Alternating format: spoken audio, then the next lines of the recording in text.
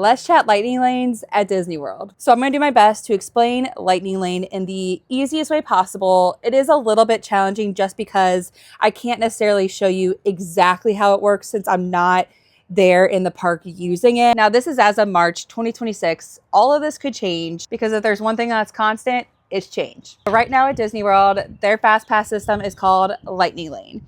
And there are 3 different options, and I'm going to talk about 2 of them. You have your multi-pass and single pass. So let's talk single pass first. At each park, there's at least one single pass ride that you can't use with a traditional multi-pass lightning lane. You have to purchase this separate ticket that allows you to be able to use lightning lane for that ride. So at Magic Kingdom, that is Tron and Seven Dwarfs Mine Train. At Hollywood Studios, it's for Rise of the Resistance. At Epcot, it's for Guardians of the Galaxy. And at Animal Kingdom, it's Avatar Flight of Passage. Each of those rides, you cannot get a lightning lane just with the multi-pass.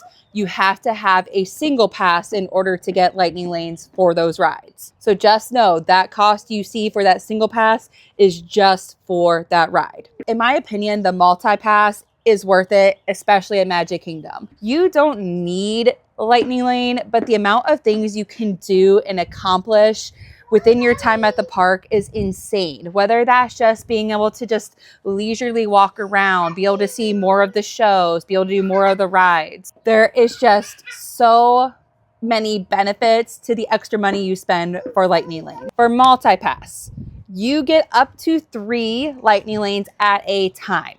Once you use a lightning lane, you can then get another one so that you constantly have 3 at all times. If you're staying on property, you can purchase lightning lane 7 days in advance and get your first 3 experiences. If you are not staying on property, you get to do the same thing 3 days in advance. And this is where it can get a little bit tricky because at Magic Kingdom, Hollywood Studios, and Epcot, there is a tier system. So there's like an A tier and B tier.